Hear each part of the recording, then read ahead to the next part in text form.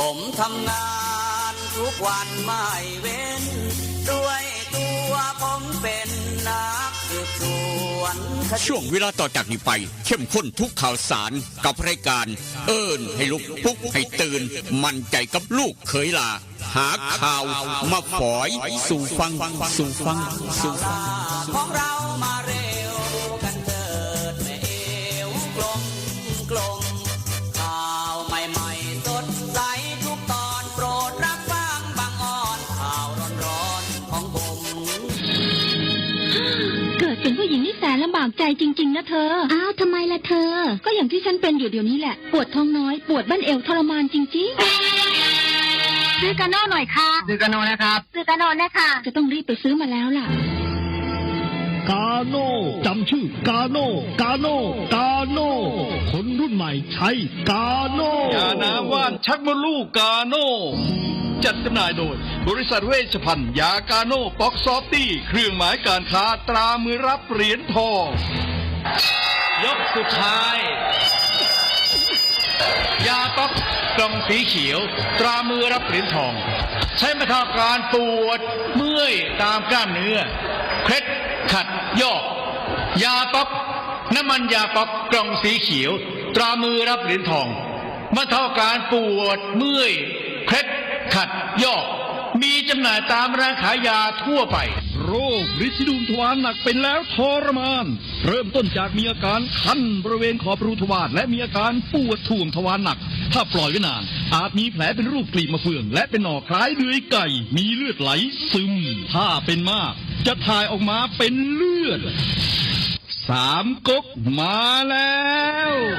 ยาเม็ดบรรเทาฤทธิ์ดวงทวารหนักตรา3 ก๊กยาเม็ดบรรเทาฤทธิ์ดวงทวารหนัก3 ก๊กราบ500ชนิดแคปซูลจัดจำหน่ายโดยบริษัทเวชภัณฑ์ยากาโน่ป๊อกซอฟตี้จำกัดเครื่องหมายการค้าตรามือรับเหรียญทองกล่องละ350 บาทมีจำหน่ายตามร้านขายยาชั้นนำทั่วไป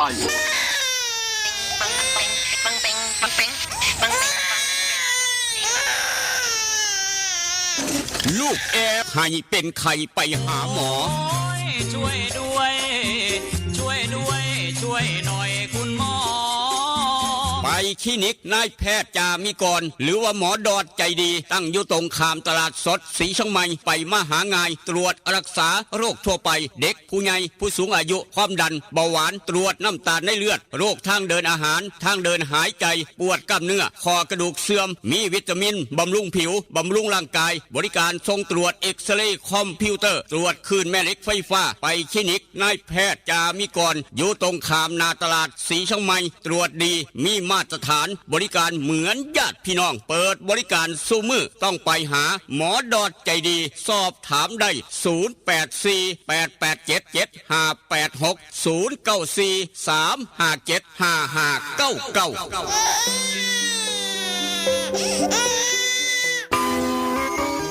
เล่นกันนักมันคืออะไรอะเล่นกันนักก็รักกันแน่นไงครับพี่ตั๊กโหรักกันแน่นแน่นเหมือนอะไรครับพี่เหมือนเหงือกกับฟันรักกันแน่นดีใช่ก็ยาสีฟันสมุนไพรตราหมอจุฬาวันนี้ยิ่งมั่นใจปรับโฉมใหม่แต่รสชาติแน่นเหมือนเดิมด้วยสมุนไพร5 ชนิดให้รักกันแน่นดีแบบนี้เล่นกันนักรักกันแน่นยาสีฟันสมุนไพรตราหมอจุฬาโฉมใหม่เยี่ยมยามถามข่าวว่าเวียกว่างานขอต้อนรับด้วยกาแฟฮ้อนหอมคนละจอกด้วยความหักความแพงกับกาแฟเพื่อสุขภาพดรเจคอฟฟี่ดรเจคอฟฟี่มีถังเสาของแท้จากทิเบตเฮ็ดลินจือส้มสกัดผู้ขาวแปะกล้วยผงเก่ากี้มีประโยชน์เพื่อสุขภาพทั้งหญิงและชายมือนี่สุขภาพเป็นเรื่องสำคัญคนดื่มกาแฟขอกาแฟต้องดื่มดรเจคอฟฟี่ดรเจคอฟฟี่มีแต่คนอยากดื่มเศร้าดื่มแรงเพื่อสุขภาพด้วยดรเจคอฟฟี่ดรเจคอฟฟี่คนละจอกมีจำหน่ายที่ FM 96.5 เมกะเฮิรตซ์0816016232เด้อเจ้าวิทยาลัยเทคโนโลยีวิชาชีพท่าบ่อวิทยาลัยเทคโนโล โลยีวิชาชีพท่าบ่ออำเภอท่าบ่อจังหวัดหนองคายเปิดสอนหลักสูตรในระดับปวช ปวสจำนวน 13 สาขาวิชาเลือกได้ตามความถนัดคอมพิวเตอร์ธุรกิจการบัญชีการตลาดการท่องเที่ยวการโรงแรมโลจิสติกอาหารและโภชนาการธุรกิจสถานพยาบาลสถาปัตยกรรมช่างยนต์ช่างไฟฟ้าช่างอิเล็กทรอนิกส์และสาขาขายปลีกขายส่งเรียนจบมีงานทำมีหอพักชายหญิงบริการรถรับส่งมีทุนกู้ยืมเพื่อการศึกษาคนดีและคนเก่งมีทุนให้ฝึกทักษะอาชีพทุกสาขามีรายได้ระหว่างเรียนสื่อการสอนบุคลากรพร้อมรับผู้จบม.3 ม.6 หรือเทียบเท่าและจบม.7 จากเวียงจันทร์ถ้าคิดจะเรียนสายอาชีพต้องเรียนที่วิทยาลัยเทคโนโลยีวิชาชีพท่าบ่อสนใจติดต่อสอบถามได้ที่ 042-432-240 หรือดร.คำหนึ่งดร.รัชนีเลื่อนแก้ว 082-105-6994-091-863-0359 สมัครเรียนได้ทุกวันนะคะ เรียนดีมีทักษะพละเก่งเคร่งวัฒนธรรม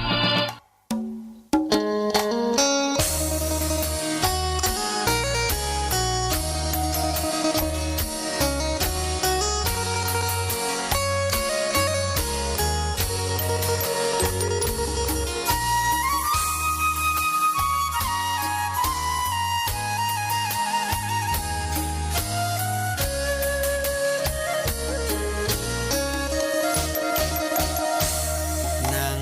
จอคอคือทอดแทนอคือทอดผู้สาวเย็นลมหนาว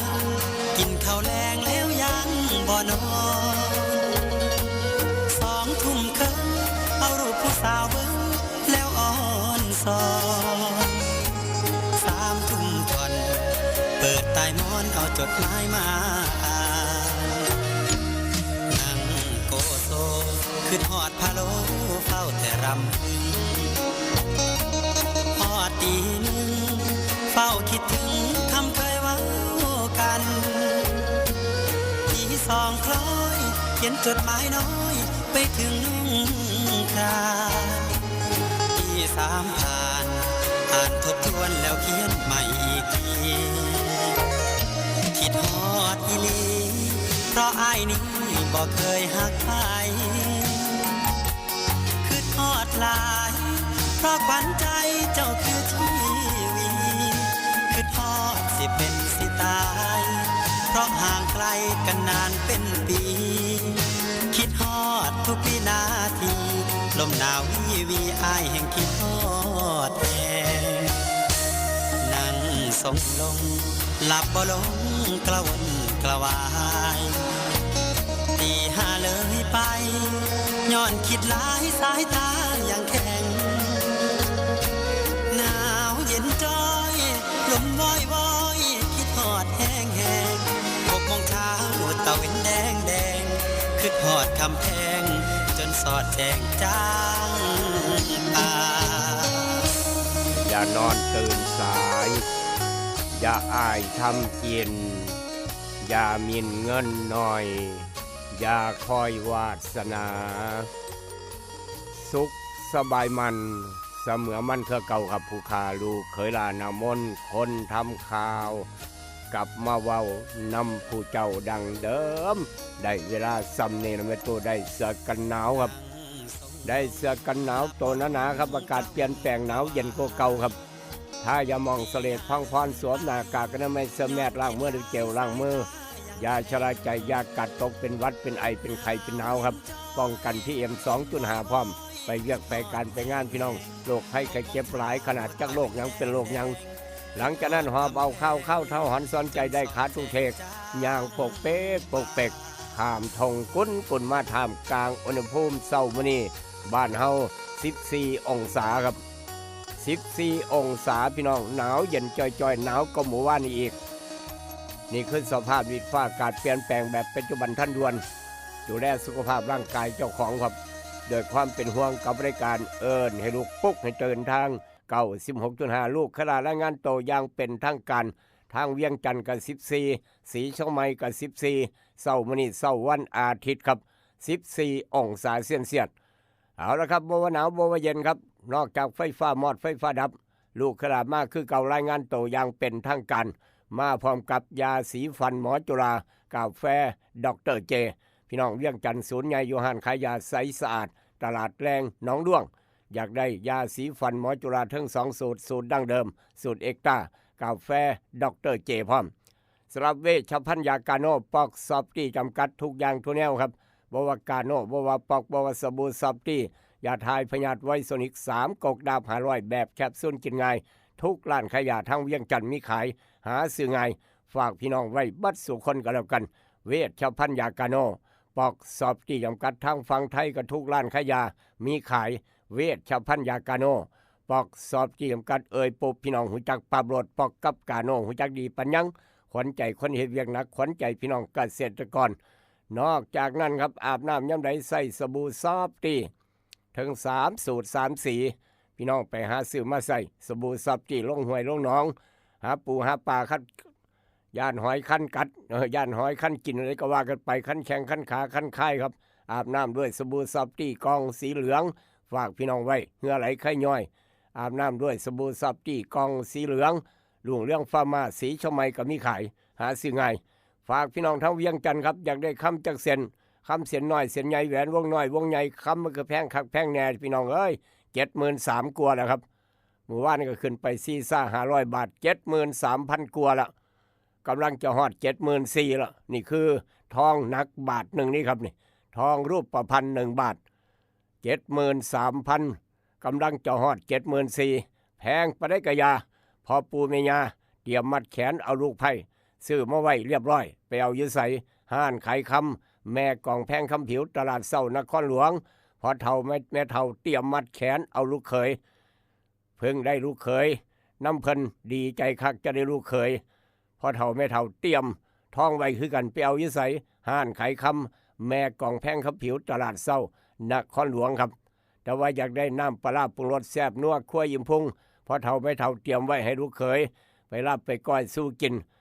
พอปูเมียาเตรียมน้ำปลาแดกแซ่บนัวคั่วอิ่มพุ่งไว้อย่างนี้ลูกเคยลาเว้าไปเตรียมมาไว้ให้ลูกไผ่ตำบักฮุงสู้กินเพราะว่าเมียามักตำบักฮุงครับอย่าลืมไปเอาน้ำปลาปรุงรสแซ่บนัว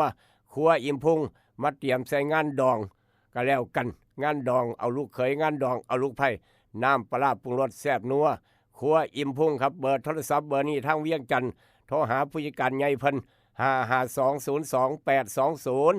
552022820ครับพี่น้องสีชมัยก็0983458221พี่น้องทางหนองคายก็0933548067ข้ามมาทางสีชมัยบ้านเฮามื้อนี้วันอาทิตย์วันหยุด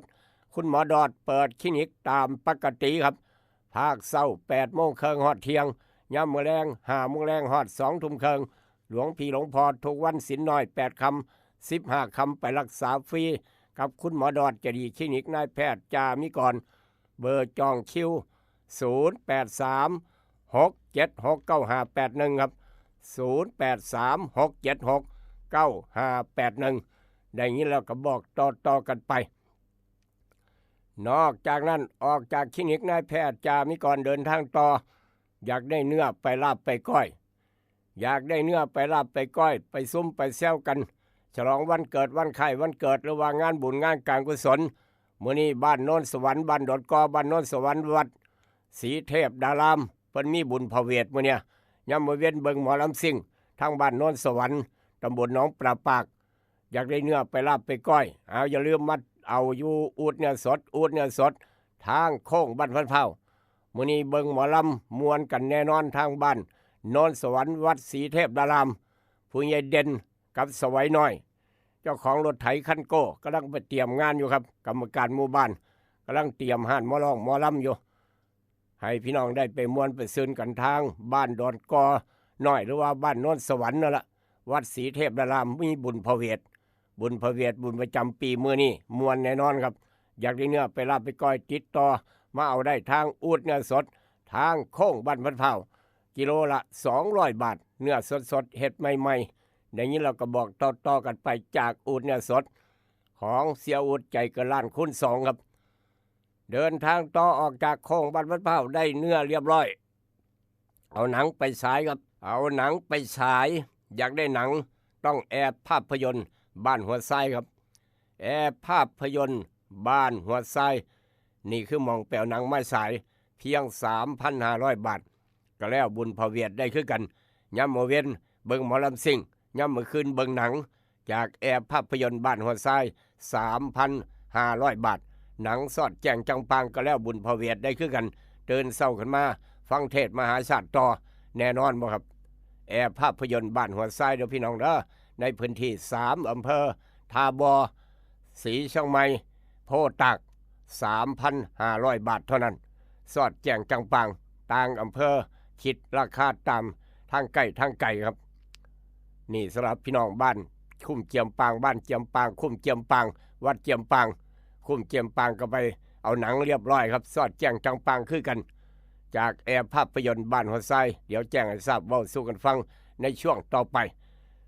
นอกจากนั้นพี่น้องทางบ้านพ้นตาลก็ใช้บริการจากแอร์ภาพยนตร์บ้านหัวไส้จอใหญ่ได้มาตรฐานจอโค้งได้ด่าผู้ละวันธรรมดาใหญ่ซ้ำใดต้องแอร์ภาพยนตร์บ้านหัวไส้เท่านั้นบ่ต้องไปไกลฮอดเมืองอุดรครับบ่ต้องไปจ้างหนังฮอดเมืองอุดรมาบ้านเฮาก็ได้หนังคือกันแอร์ภาพยนตร์บ้านหัวไส้ราคาถูกพร้อมอีกต่างหากเพียง 3,500 บาทออกจากบริการหนังแอร์ภาพยนตร์บ้านหัวไส้ลูกหลานจบม.3 มาปีกายปีก่อนหรือว่ากำลังจะจบปีนี้ครับเดือนกุมภาพันธ์มีนาคมสอบปลายภาคแล้วจบเรียบร้อยได้ใบรับรองจบวุฒิจบม.3 จบม.6 เรียนต่อไกลบ้านประหยัดค่าใช้จ่ายพ่อแม่สบายใจไปวิทยาลัยเทคโนโลยีวิชาชีพทบกับดร.คำนึงดร.ราชนีรับประกันคุณภาพฟังสบายกับรายการเอิ้นให้ลูกปุ๊กเตือนวันหยุดวันอาทิตย์ช่วงอุณหภูมิครับอุณหภูมิบ้านเฮาทางศรีชมัยเวียงจันทร์ทอกันเป๊ะ14 องศาเซลเซียสไปทางผาตากเสือครับผาตากเสือว่าจะไหนผาตากเสือขึ้นมา16 องศาพี่น้องนี่ครับขึ้นมา16 องศาผาตากเสือฮ้อนก็ภาคพื้นดินอีกต่างหากแปลกประหลาดบ่ครับผาตากเสือ16 องศาเดี๋ยวนี้ครับทางผาตากเสือไปเบิ่งทางผู้เลือดจังหวัดเลยครับผู้เลือดจังหวัดเลยเท่าไหร่ครับผู้เลือดจังหวัดเลยพี่น้องผู้เลือดจังหวัดเลยผาตากเสือ16ผู้เลือด12ครับภาคพื้นดินบ้านเฮา14แต่ว่าไปเบิ่งทางญี่ปุ่นเท่าไหร่ญี่ปุ่นผู้ใหญ่ไส้บ่ได้ไปดอกเตรียมงานหลายอย่างผู้ใหญ่โตคือกันท่านกำนันพึกคือกันผู้ใหญ่ใสก็บ่ได้ไปรางวัลเป็นจังได๋น้อผู้ใหญ่ใสเฮาผู้ใดได้ขี่มอไซค์กลับบ้านเมื่อวานนี่ผู้ใดขี่มอไซค์กลับบ้านผู้ใดแบกตู้เย็นกลับบ้านก็เลยบ่ได้ไปเวียกหลายกิจการงานเมืองหลายขนาดบ่ได้ไปญี่ปุ่นให้นายสั่งทดเราไปผู้เดียวซะเนาะ2 องศาครับเดี๋ยวนี้8 โมงกว่าทางญี่ปุ่นแดดออกแดดแจ่มขนาดแดดจัดขนาด2 องศาเซลเซียสทางญี่ปุ่นไปเบิ่งทางสวิตเซอร์แลนด์ครับทางสวิตเซอร์แลนด์เดี๋ยวนี้เช้ามื้อนี้บ้านเฮาพักเช้าแต่ว่าทางสวิตกำลังจะฮอดตีหนึ่งครับทางสวิตกำลังจะฮอดตีหนึ่งความหนาวความเย็นบ่ต้องถาม3 องศาเซลเซียสมีหิมะตกพร้อมอีกต่างหากสวิตเซอร์แลนด์หิมะตกและก็หนาวพร้อม3 องศาเซลเซียสนี่คือทางสวิตเซอร์แลนด์ทางญี่ปุ่นทางบ้านเฮาผาตากเสือผู้เรือครับแตกต่างกันเอามาเว้าสู่กันฟังประจำเสาร์วันที่25เดือนมกราคมพุทธศักราช2569ตรงกับวันอาทิตย์ขึ้น7 ค่ำเดือน3ปีมะเสงตำรับตำราพ่อแม่ครูบาอาจารย์เลิกงามยามดีมื้อนี้บอกว่าห้ามทำการมงคลครับห้ามทำการมงคลทุกอย่างทุกแนวมื้อนี้เลิกบ่ดีเอามาเว้าสู่กันฟังเลิกบ่ดีขึ้นเฮือนใหม่จัดงานดอกงานแต่งบ่ดีจักอย่างครับเลิกไม่ดีห้ามทำการมงคลนี่คือตำรับตำราพ่อแม่ครูบาอาจารย์เลิกงามยามดีบอกไว้ว่าจังซั่นแต่ว่าหลานชายหลานสาวลืมตาเบิ่งโลกคลอดอยู่โรงพยาบาลคลอดจะไม่ได้กระตามแต่เมื่อคืนขอแสดงความดีใจน้องครับลูกหลานชายหลานสาวอาจารย์พินโยเอากระดานดำขึ้นมาดินสอหินขึ้นมานั่งเขียนบวกลบคูณหารนั่งสมาธิน้อยหนึ่งได้ออกมาว่าจังซี่นั้นไม่ใหญ่เด้อ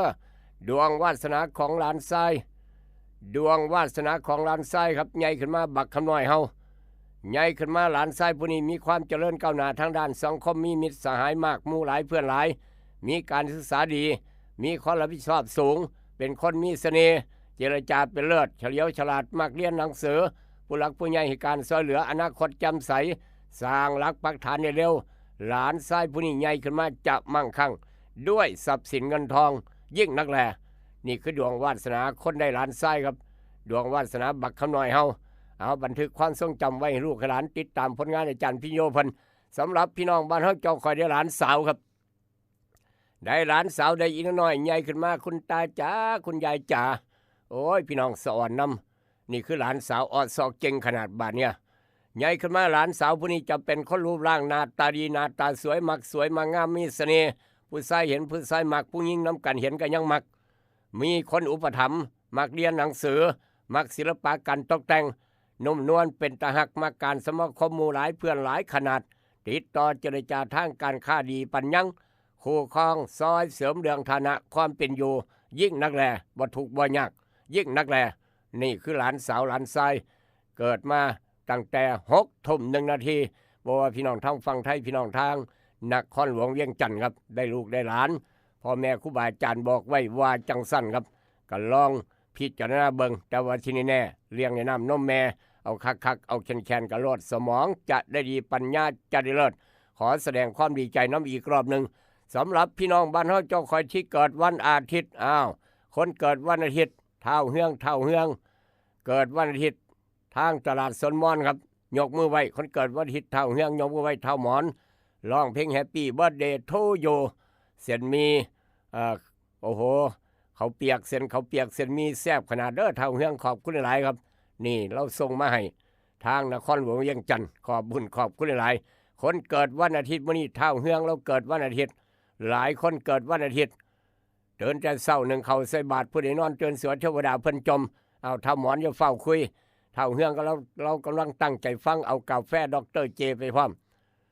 คนเกิดวันอาทิตย์มื้อนี้ครับมื้อนี้จะได้หมู่พวกเพื่อนฝูงหมู่หักหมู่แพงครับที่ถือใจไว้ค่อยคำปรึกษาหารือว่าซั่นว่ามีโอกาสได้เฮ็ดงานพิเศษมีรายได้จากผลงานเก่าๆมีรายได้จากผลงานเก่าๆครับประแดกนี่มีรายได้จากผลงานเก่าๆพี่น้องเลยมีการปรับปรุงบ้านเรือนที่อยู่อาศัยดีขึ้นควรรับฟังเหตุผลและคำแนะนำของคนอื่นบ้างจะเฮ็ดให้มีผลงานดีขึ้นจะได้รับของฝากของขวัญญาติพี่น้องเดินทางมาหามาพ่อเพื่อมาขอความช่วยเหลือญาติพี่น้องเดินทางมาหามาพ่อเพื่อมาหาเท่าเฮืองมาขอความช่วยเหลือคู่ครองคนหักจะให้ความร่วมมือและช่วยเหลือในเรื่องการงานเฮ็ดให้ใกล้ชิดกันมากขึ้นบ่ควรใส่ใจฟุ่มเฟือยอย่างบ่มีเหตุอย่างบ่มีผลยิ่งนักแลนั่นคือดวงวาสนาคนเกิดวันอาทิตย์อาจารย์พินโยบอกไว้ลูกเคยลาบอกต่อครับเสื้อบ่เสื้อเป็นอีกเรื่องหนึ่งด้วยความหักความแพงกับกาโนปอกสบู่ซับที่ยาทายพยาธิไวสนิก3 กกยาสีฟันหมอจุฬากาแฟดร.เจวันนี้ในอดีตครับย้อนไปหลายร้อยปีครับนี่25 มกราคมมื้อนี้ถือว่าเป็นมื้อสำคัญครับของกองทัพไทยมื้อนี้ครับ25 มกราคมของทุกปีเป็นวันกองทัพไทยครับให้กำลังใจทหารแนวหน้าเบิดทุกนายเนื่องจากเป็นวันที่สมเด็จพระนเรศวรมหาราชจอมทัพไทยในสมัยกรุงศรีอยุธยาทรงกระทำยุทธหัตถีมีชัยชนะต่อสมเด็จพระมหาอุปราชาแห่งพม่านี่หลายคนเรียนประวัติศาสตร์ชาติไทยครับทางจอมทัพไทยในสมัยสมเด็จพระนเรศวรครับกระทำยุทธหัตถีมีชัยชนะต่อ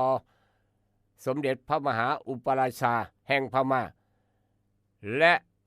ผลแห่งชัยชนะเทื่อนี้เฮ็ดให้ข้าศึกบ่กล้าเข้ามาลุกลานประเทศไทยทุกทิศทุกทางเป็นเวลาถึง150 ปีครับบ่กล้ามาแย่มว่ายังไงบ่กล้าเข้ามาลบบ่กล้าเข้ามาแย่มประเทศไทยเป็นเวลาถึง150 ปี25 มกราคมของทุกปีมื้อนี้ถือว่าเป็นวันกองทัพไทยครับบ่ว่ากองทัพบกกองทัพ อากาศกองทัพเรือครับเป็นวันกองทัพไทยมื้อนี้เอามาเว้าสู่กันฟังวันนั้นในอดีตแต่ว่ามื้อนี้ปัจจุบันน้ำบ่ไหลไฟบ่สว่างหนทางบ่ดีพี่น้องว่ากันเข้ามาแจ้งเข้ามาหมู่บ้านใดมีบุญมีการมีงานไปหากินข้าวปุ้นไปหากินลาบกินก้อยไปทางบ้านโนนสวรรค์พุ่นละบ้านโนนสวรรค์ตำบลหนองปราบปากบ้านโนนสวรรค์บ้านดอนกอครับวัดศรีเทพดารามเพิ่นมีบุญพระเวทตัวมื้อเนี้ยยายน้อยตาเล่แล้วก็อยู่ในบ้านโนนสวรรค์ครับบ้านโนนสวรรค์บ้านดอนกอเตรียมลาบเตรียมก้อยไว้ข้าวปุ้นไว้พี่น้องเพิ่นจะไปกินนี่บุญพระเวทต้องมีข้าวปุ้นต้อนรับพี่น้องครับหากินมองบ่ได้กับผู้ใหญ่เด่นอยู่วัดพุ่นละเดินไปหากินข้าวอยู่วัดศรีเทพดารามเบิ่งหมอลำซิ่งเบิดมื้อผู้ใหญ่เด่นสวัยน้อยเจ้าของรถไถลูกเขยคนขยันครับทั้งบ้านดอนกอบ้านโนนสวรรค์เตรียมเวทีหมอลำซิ่งไว้เรียบร้อยโทรมาตั้งแต่เช้ามื้อนี้ครับเอาไปเอาบุญน้ำกันบุญพระเวทวัดศรีเทพดารามบ้านโนนสวรรค์ทุกหลังคาเฮือนเป็นเจ้าภาพน้ำกันมวนกุ๊บเบิดมื้อก็แล้วกันมื้อนี้ครับสำหรับทางบ้านผู้ใหญ่ใสมื้อนี้ก็ฟังเทศมหาศาสตร์ผู้ใดได้รางวัลมอเตอร์ไซค์คันใหญ่ตู้เย็นหลังใหญ่เครื่องซักผ้าผู้ใหญ่ใสก็รายงานกันเข้ามาจักหน่อยครับพี่น้องเพิ่นจะได้ดีใจนํขอแสดงความดีใจน้ำพร้อมอีกต่างหากขอบุญขอบคุณทางกำนันผู้ใหญ่บ้านแต่ละหมู่บ้านที่กำลังเปิดออกขอกระจายข่าวครับบอกว่าท่านกำนันพึกบ้านพันเผาเปิดดังฟังใจเจนตู้ถึงเปิดอยู่เฮือนอยู่บ้านเปิดดังตู้ถึงเฮานอกจากนั้นผู้ใหญ่ตุบ้านโนนสง่าผู้ใหญ่ชัยบ้านโคกนแวงผู้ใหญ่ใสป่าสักไตหมูซีอบตสกลคนโคกธรรมทีมงานคู่เรื่องป้อมหารว่าที่อบตทางพุ่นละครับนำโมงเพิ่นคู่เรื่องป้อมหารว่าที่อบตนี่หั่นว่าที่อบตสกลเป็นรุ่นอ้ายเพิ่นว่ารุ่นพี่อย่าลืมให้คำปรึกษากันก็แล้วกันนอกจากนั้นทางบ้านเดือตำบลบ้านเดือครับกวนวันเวียงคุกทางไปฮอดพูนทางตำบลบ้านเดืออำเภอเมืองหนองคายเขตติดต่อวัดหลวงพ่อบาทเดียวมื้อนี้ทางวัดหลวงพ่อบาทเดียวก็มีงานครับมีงานหน่อยงานใหญ่ลูกขลาดกับไปบ่ได้คือกันมื้อนี้วัดหลวงพ่อบาทเดียวเพิ่นมีงานใหญ่แล้วลูกศิษย์ลูกหาอยู่ใกล้ไปร่วมงานกับหลวงพ่อบาทเดียวครับทางวัดป่าอุดมคงคานิมิตรมีงานสำคัญลูกขลาดไปบ่ได้ติดภารกิจการรายการเบิดมื้อจนค่ำมื้อนี้นี่คือภารกิจแต่ละมื้อครับนอกจากนั้นมาทางเวียงจันทร์ทุกตอกโซฮอมทุกร้านค้าร้านขายตลาดเช้าตลาดสดพี่น้องฟังทางไลฟ์สด Facebook ทางออนไลน์พร้อมอีกต่างหากต่างอำเภอต่างจังหวัดต่างประเทศทางกรุงเทพขอบุญขอบคุณหลายกับเวชพันยากาโนปอกสอบจำกัดทุกหมู่บ้านทุกตำบลทุกตอกโซฮอมลืมบ่ได้หนองบึงน้อยจิตอาสาเปิดดังฟังชัดเจนเต็มท้องให้ท้องหน้าทีมงานหนองบึงน้อยเข้มแข็งหลายครับขอบุญขอบคุณอีกเท่านึงขออนุญาตเดินทางต่อไปทางผู้ใหญ่สกายทางบ้านเสียวผู้ใหญ่ดุลบ้านไร่ดอนไผ่โพธิ์ตากพ้นท้องบ้านศูนย์กลางตลอดจนพี่น้องทางบ้านโคกบุญสนองนี่มักกะทายกวัดเฮาบ้านโคกบุญสนองครับเปิดดังฟังชัดเจนขอบุญขอบคุณหลายทางอำเภอบ้านผือหลายหมู่บ้านทางอำเภอบ้านผือทางสังคมผาตั้งดงต้องห้วยเส้งงัวครับเตรียมงานบุญใหญ่ทางวัดเทพทานทองวัดท่านพระจันทร์มดตีกำลังเตรียมงานบุญฉลองอุโบสถปิดทองฝังลูกนิมิตครับขออนุญาตเดินทางต่อไปสำรวจตรวจสอบหน้าหนึ่งของไทยรัฐเช้ามื้อนี้ครับเพิ่นว่าจังได๋แน่ช่วงกำลังถ่าสาย0816016232ครับสภากาแฟกำลังโสเลกันเรื่องเลือกตั้งสสอยู่สภากาแฟแต่ละหมู่บ้านแต่ละตำบลโสกันการเมืองระดับประเทศครับหน้าหนึ่งของไทยรัฐด่วนไทยรัฐมีอย่างแน่ครับด่วนไทยรัฐเข้ามาว่าจังสี่วันหยุดวันอาทิตย์ฟังสบายครับวันอาทิตย์มื้อนี้ด่วนไทยรัฐเข้ามากรมทะเลบอกว่าข่าวดีแม่เต่ามาเฟืองครับเต่ามาเฟืองบ่เป็นเต่าบักไฟเด้เต่ามาเฟืองแม่เต่ามาเฟืองขึ้นวางไข่เรียบร้อยที่หาดบางหลุด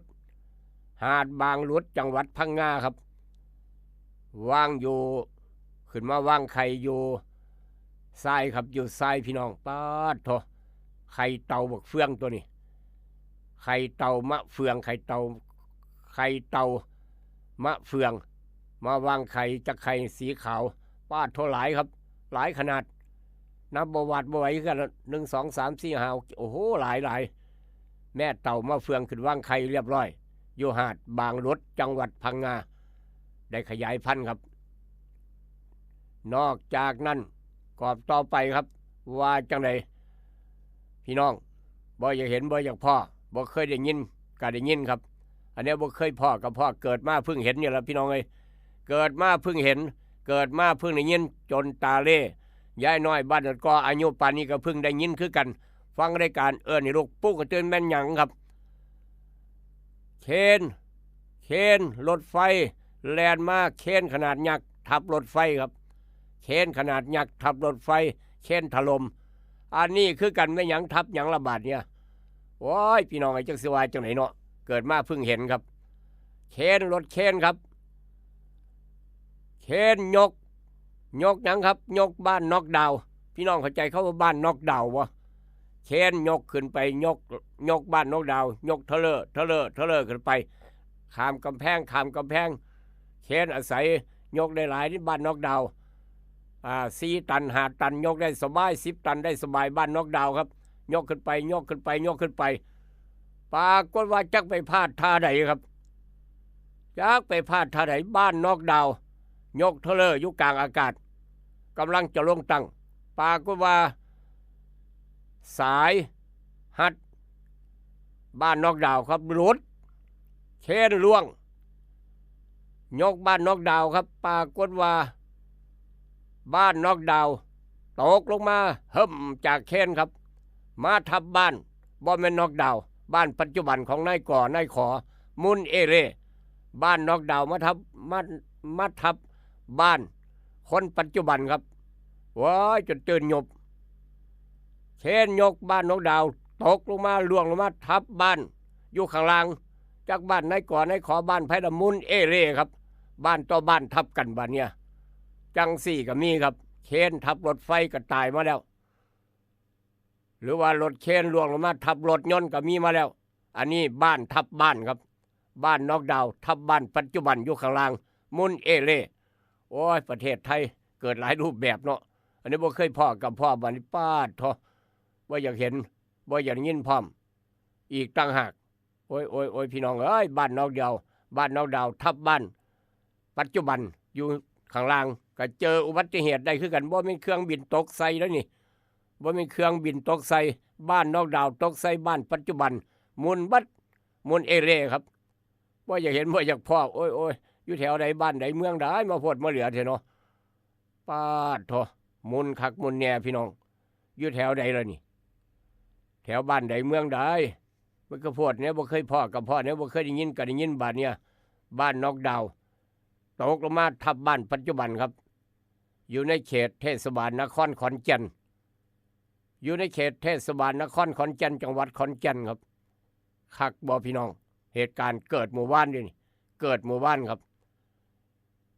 ในขณะรถเคนที่กำลังยกบ้านนอกดาวน้ำหนักประมาณตันกลัวๆครับตันกลัวๆลงจากรถบรรทุกเตรียมวางในพื้นที่ซอยกลางเมืองเขตเทศบาลนครขอนแก่นโดยขณะที่กำลังยกย้ายสายไฟฟ้าแรงสูงประมาณ10 เมตรรถเคนเกิดรับน้ำหนักบ่ไหวเฮ็ดบ้านนอกดาวล้นใส่บ้านปัจจุบันบ้านเฮือนของพี่น้องอยู่ติดกับใส่งานครับท่ามกลางความตกใจของพี่น้องโอ้โหระแวกแถวนั้นลงมาบาดเดียวมุนอ่อนเหาะตายบ่เพิ่นว่าห้องกันแซวสะบัดนี้จังหยังเป็นหยังโอ้ยบ่เคยพ่อบ่เคยเห็นเนาะบ้านนอกดาวทับบ้านปัจจุบันครับจังสี่ก็มีคือกันทางเมืองขอนแก่นหมู่บ้านนี้เป็นข่าวเอามาเว้าสู่ฟังขออนุญาตกอบต่อไปครับนั่นคือจากไทยรัฐด่วนไทยรัฐกอบต่อไปว่าจังไดนี่มาแล้วครับกรุงเทพเปิดบริการทำบัตรประชาชนกรณีพิเศษอำนวยความสะดวกก่อนเลือกตั้งประชามติเป็นข่าวย้อนบัตรเบิดอายุนอกจากนั้นบุกตรวจค้นฐานสแกมเมอร์เจ้าหน้าที่ตำรวจครับบุกตรวจค้นฐานสแกมเมอร์บริเวณช่องจอมโอสเม็ดพ่อหลักฐานจัดฉาก โอ้โหพี่น้องป้าตั้งใจเอาปานนี้ตัวนี้จัดฉากเฮ็ดโรงพักปลอมครับเฮ็ดคือจังโรงพักเฮ็ดคือจังโรงพักปลอมเวลาถ่ายภาพออกมาไล่สดให้พี่น้องได้เห็นนี่ผมอยู่โรงพักผมเป็นตำรวจนะสันว่าแท้โรงพักปลอมจัดบัดคือขนาดป่านอยู่โรงพักอีหลีครับมีป้ายมีตัวหนังสือมีทุกอย่างทุกแนวไปถ่ายมาเฮ็ดปลอมขึ้นพ่อหลักฐานจัดฉากโรงพักปลอมกับมีคือกันอันนี้บ่เคยได้ยินกันได้ยินเนาะบัดนี้เนาะตำรวจปลอมก็พอแล้วอันนี้โรงพักปลอมครับคักบ่พี่น้องเพื่อหลอกขอให้เฮาเจ้าข่อยให้หลงเสือนอกจากนั้นสนามบินจังหวัดเชียงใหม่ยกระดับการคัดกรองคนโดยสารเฝ้าระมัดระวังโรคติดเชื้อไวรัสนิปาครับประเทศไทยยังบ่พอแต่ว่าโรคนี้มาจากประเทศใดเดี๋ยวลูกขลาเว้าสู่ฟังในช่วงต่อไป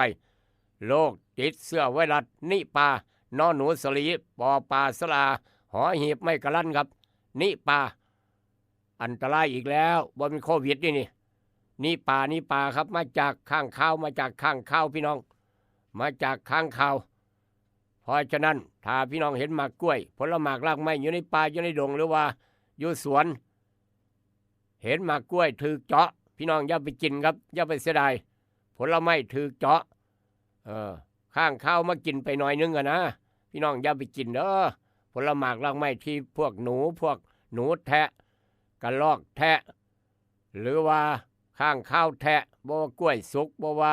หมากมีหมากม่วงหมากยังกะอย่าไปจับมากินโดยเด็ดขาดเสื้อไวรัสนิปาครับแต่ว่าในประเทศไทยยังบ่พอโรคนี้เกิดอยู่ทางประเทศอินเดียครับนี่ทางเจ้าหน้าที่กำลังคัดกรองสนามบินอันตรายครับอันตรายพี่น้องแต่ว่ายังบ่พอในประเทศไทยแต่ว่าก็อย่าชะล่าใจคือจังโควิดนั่นละห่วยมันคือหลายอย่างเลยเนี่ยเถอะบัดนี้ไปไสมาไสต้องสวมหน้ากากอนามัยสแมสป้องกันกินฮ้อนซ่อนกลางอย่าชะล่าใจผลหมากรากไม้ถึกพวกหนอนแทะรู้ไหมกระทั่งข้างข้าวเฮาบ่เห็นกระรอกกระแตแทะน้ำหัวน้ำสวนอย่าไปเจ็บมากินโดยเด็ดขาดอันตรายย่านครับย่านไว้ก่อนเป็นการดีนอกจากนั้นยังอีกหลายกรอบและข่าวจากไทยรัฐยกง่ายๆไปทางเดลินิวหน้าหนึ่งครับเดลินิวหน้าหนึ่งว่าจังไหนนี่ครับเดลินิวหน้าหนึ่งบอกว่าจังซี่เฝ้าระมัดระวังไวรัสนิปาเข้มเดินทางจากอินเดียยอมรับบ่มียาบ่มีวัคซีนครับแนะไข้สูงให้ไปพ่อแพทย์ทันทีครับเฝ้าระมัดระวังไวรัสนิปาเข้มเดินทางจากอินเดียเข้ามาประเทศไทยยอมรับบ่มียาบ่มีวัคซีนแนะไข้สูงพ่อแพทย์ทันทีผู้ใดมีอาการต้องไปหาแพทย์ทันทีครับนอกจากนั้นกอบ2กอบ3สหรัฐเขย่าโลกสหรัฐอเมริกาเขย่าโลกระดมเรือรบประชิดประเทศอิหร่านประธานาธิบดีทำฮึกเหิมมาก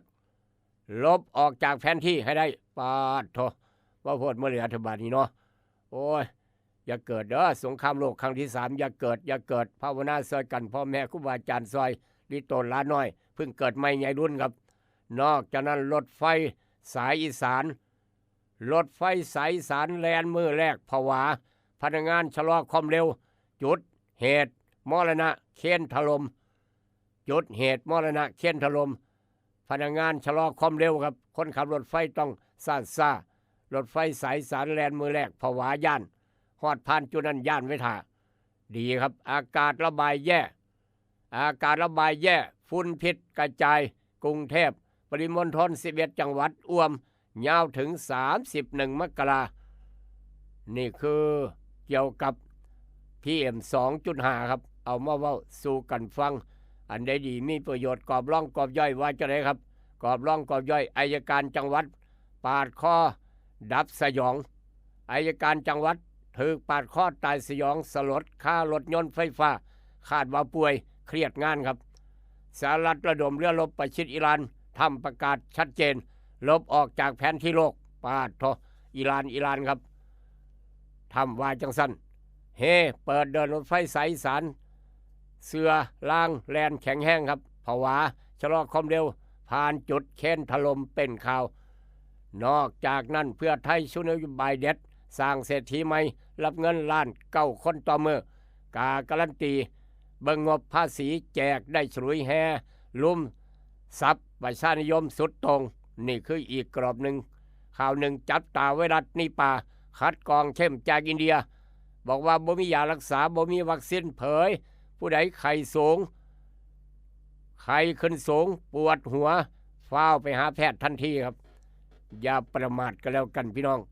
ยังบ่มียังตรวจหายังบ่พอแต่ว่าก็อย่าประมาทแค่เฮาเจ้าข่อยเจอมาแล้วคือจังนั่นแหละครับโควิดนั่นแหละเป็นโควิดมื้อแรกอาทิตย์แรกเดือนแรกเป็นยังไงว้ายจักไผเป็นไผ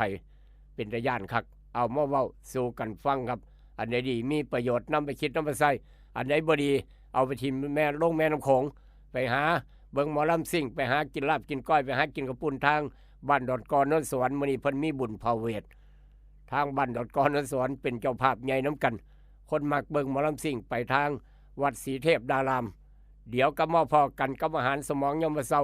กับรายการเอิ้นให้ลูกปุ๊กกระเตือนฟังได้โดยไม่มีขีดจำกัดฟังได้ไม่มีคำว่าเกษียณอายุกับรายการเอิ้นให้ลูกปุ๊กกระเตือนเดี๋ยวพอกันยกที่2ครับคิดทองให้ได้ทองคิดเงินให้ได้เงินคุณกำลังรับฟังอาหารสมองยามเช้ายิมฝังโขงกับรายการให้รู้ปลุกให้ตื่นให้รู้ปลุกให้ตื่นอยู่นะครับอยู่นะคะรวยขอให้รวยขอให้รวยขอให้รวยเกิดเป็นผู้หญิงนี่แสนลำบากใจจริงๆนะเธออ้าวทำไมล่ะเธอก็อย่างที่ฉันเป็นอยู่เดี๋ยวนี้แหละปวดท้องน้อยปวดบั้นเอวทรมานจริงๆซื้อกาโน่หน่อยค่ะซื้อกาโน่นะครับซื้อกาโน่นะคะจะต้องรีบไปซื้อมาแล้วล่ะกาโน่จำชื่อกาโน่กาโน่กาโน่คนรุ่นใหม่ใช้กาโน่ยาน้ำว่านชักมดลูกกาโน่จัดจำหน่ายโดยบริษัทเวชภัณฑ์ยากาโน่ป๊อกซอฟตี้เครื่องหมายการค้าตรามือรับเหรียญทองยกสุดท้ายยาป๊อกกล่องสีเขียวตรามือรับเหรียญทองใช้บรรเทาการปวดเมื่อยตามกล้ามเนื้อเคล็ดขัดยอกยาป๊อกน้ำมันยาป๊อกกล่องสีเขียวตรามือรับเหรียญทองบรรเทาการปวดเมื่อยเคล็ดขัดยอกมีจำหน่ายตามร้านขายยาทั่วไปโรคฤทธิ์ดุมทวารหนักเป็นแล้วทรมานเริ่มต้นจากมีอาการคันบริเวณขอบรูทวารและมีอาการปวดท่วงทวารหนักถ้าปล่อยไว้นานอาจมีแผลเป็นรูปกลีบมะเฟืองและเป็นหน่อคล้ายเลื้อยไก่มีเลือดไหลซึมถ้าเป็นมากจะถ่ายออกมาเป็นเลือด3 ก๊กมาแล้วยาเม็ดบรรเทาฤทธิ์ดวงทวารหนักตรา3 ก๊กยาเม็ดบรรเทาฤทธิ์ดวงทวารหนัก3 ก๊กรา500ชนิดแคปซูลจัดจำหน่ายโดยบริษัทเวชภัณฑ์ยากาโน่ฟ็อกซอฟตี้จำกัดเครื่องหมายการค้าตรามือรับเหรียญทองกล่องละ350 บาทมีจำหน่ายตามร้านขายยาชั้นนำทั่วไปจะยอมถอดแหวนที่แม่เคยสวมนิ้วให้มั่นแฟนด้วยแหวนแม่เพราะเป็นคำแท้ๆ100%มีใบหับประกันจากห้านกล่องแพงคำผิวนครหลวงเวียงจันทร์แม่แล้วคันได้คำจากห้านไข่คำกล่องแพงคำผิวบวาสร้อยข้อคำสร้อยแขนแหวนตุ้มหูหูประพันธ์ถูกสนิทลวดลายงามหลากหลายทุกทานมั่นใจ100%อยู่ตลาดเศร้าม2สั้น2ห้อง36หน้าลิฟห้านไข่คำกล่องแพงคำผิวห้านไข่คำกล่องแพงคำผิวยังหับซื้อขายแลกเปลี่ยนคำได้ราคาสูงทึกใจนอกจากนั้นยังหับออกแบบคำตีคำตามแบบตามสั่งที่ลูกค้าต้องการห้านขายคำกล่องแพงคำผิวมีเครื่องกวดเซ็กคำที่มาตรฐานคำทุกเส้นจึงผ่านการกวดสอบลูกค้ามั่นใจอยากได้คำแลกเปลี่ยนคำไปห้านกล่องแพงคำผิวแล้วจะบ่ผิดหวังอยู่ตลาดเศร้าม2สั้น2ห้อง36หน้าลิฟเห็นง่ายสอบถามปรึกษาได้0212146555509012พอกล่องแพงแม่คำผิวหับห้องคุณภาพกับคำทุกเส้นเด้อเจ้าดำไทยดำลาวหายห่วงแซ่บนัวมีไว้ในครัวของพี่น้องเลี้ยวบอน้ำ ำปลาร้าปรุงรสแซ่บนัวครัวอิ่มพุงแซ่บนัวครัวอิ่มพุงน้ำปลาร้าปรุงรสแซ่บนัวครัวอิ่มพุงมี2สูตรน้ำปลาร้าแซ่บนัวครัวอิ่มพุงสูตรแซ่บคูณ2ฟ้าสีส้มใส่ตำบักหุงตำมั่วตำซั่วตำถาดตำสารพัดตำแซ่บหลายแซ่บหลายน้ำปลาร้าแซ่บนัวครัวอิ่มพุงสูตรลดมือแม่ฟ้าสีเหลืองใส่ลาบก้อยซอยแซ่อ้อออมแกงได้รสเด็ดแซ่บแซ่บเด้อเจ้ากินหอมแซ่บนัวแท้ว่ามือนี่พอข้ามแม่ขายต้องการเป็นตัวแทนจำหน่ายน้ำปลาร้าปรุงรสแซ่บนัวครัวอิ่มพุงทั้ง2สูตรสนใจติดต่อหนองคายสีเชียงใหม่0933548221นครหลวงเวียงจันทร์อยู่ห้านสิ้นดาดอิ่มพุงต่อหน้าห้านอาหารต้นตาลบ้านสีสมซืนถนนเก้าเลี้ยวเมืองสีโคตรโทรศัพท์552-02820 แล้วจะได้น้ำปลาร้าแซ่บนัวครัวอิ่มพุงน้ำปลาร้าแซ่บนัวครัวอิ่มพุงทั้ง2สูตรนัวโหน่งถึกใจนัวได้แซ่บได้ถึกใจแท้ๆเด้อเจ้า สาหดเมืองนอกเมืองนาฝรั่งมักคะเขาย่องอร่อยดี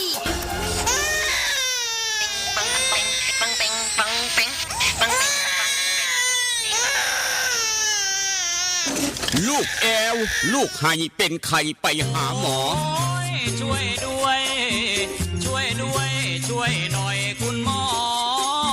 ไปคลินิกนายแพทย์จามิกรหรือว่าหมอดอดใจดีตั้งอยู่ตรงข้ามตลาดสดสีเชียงใหม่ไปมาหางายตรวจรักษาโรคทั่วไปเด็กผู้ใหญ่ผู้สูงอายุความดันเบาหวานตรวจน้ำตาลในเลือดโรคทางเดินอาหารทางเดินหายใจปวดกล้ามเนื้อคอกระดูกเสื่อมมีวิตามินบำรุงผิวบำรุงร่างกายบริการส่งตรวจเอ็กซเรย์คอมพิวเตอร์ตรวจคลื่นแม่เหล็กไฟฟ้าไปคลินิกนายแพทย์จามิกรอยู่ตรงข้ามนาตลาดสีเชียงใหม่ตรวจดีมีมาตรฐานบริการเหมือนญาติพี่น้องเปิดบริการสู้มือต้องไปหาหมอดอดใจดีสอบถามได้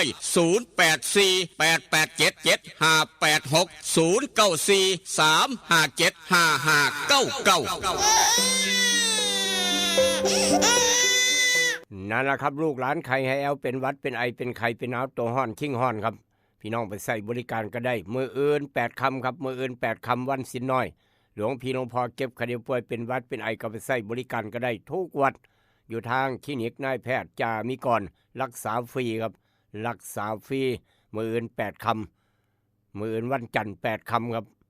วันสินน้อยหลวงพี่หลวงพ่อท่านพระครูไปตรวจรักษาฟรียกเว้น2โรคความดันกับเบาหวานแต่ว่าพี่น้องบ้านเฮาเจ้าข่อยล้านน้อยใครพ่อแม่เป็นใครไปใช้บริการมื้อนี้วันหยุดวันอาทิตย์เปิด8:30 นฮอดเที่ยงยามมื้อแลง5 โมงแลงฮอด2 ทุ่มครึ่งเบอร์จองคิวคุณหมอดอด0836769581ครับ0836769581อยากได้เบอร์โทรศัพท์อูดเนื้อสดสั่งเนื้อสดขึ้นเขียงใหม่ๆเนื้องัวน้อยอ่อนๆเนี่ยแหละครับบ่พันตู้แช่บ่พันตู้เย็นเนื้อสดขนาดแท้อูดเนื้อสดทางโค้งบ้านพันเผาทางโค้งบ้านพันเผาครับสั่งหลายเอาไปส่งฮอดหม่องเบอร์โทรศัพท์เบอร์นี้โลดอูดเนื้อสด0953295764 สำหรับน้ำปลาร้าปรุงรสแซ่บนัวครัวยิ้มพุ่งครับพี่น้องอยากได้มาเอาอยู่ทาง96.5อยากได้คอลฟิลก็มาเอาได้ทาง96.5แต่ว่าเวียงจันทน์อยากได้น้ำปลาร้าปรุงรสแซ่บนัวครัวยิ้มพุ่งพ่อค้าแม่ขายเอาไปจำหน่ายขายต่อติดต่อเขาเบอร์นี้552028220 ครับพี่น้องทางสีเชียงใหม่ทบสังคมโพธิ์ตากโทรเบอร์นี้0983458221 แล้วก็อีกเบอร์ทางอำเภอเมืองหนองคายครับ0933548067แล้วพี่น้องจะได้นำปลาร้าปรุงรสแซ่บนัวครัวอิ่มพุ่งเอาไปจำหน่ายขายกันทั้ง2สูตรแซ่บคูณ2ฝาสีส้มประเภทตำทุกรูปแบบลาบก้อยซอยแซ่สูตรนี่แซ่บนัวครัวอิ่มพุ่งสูตร รสมือแม่ฝาสีเหลืองครับ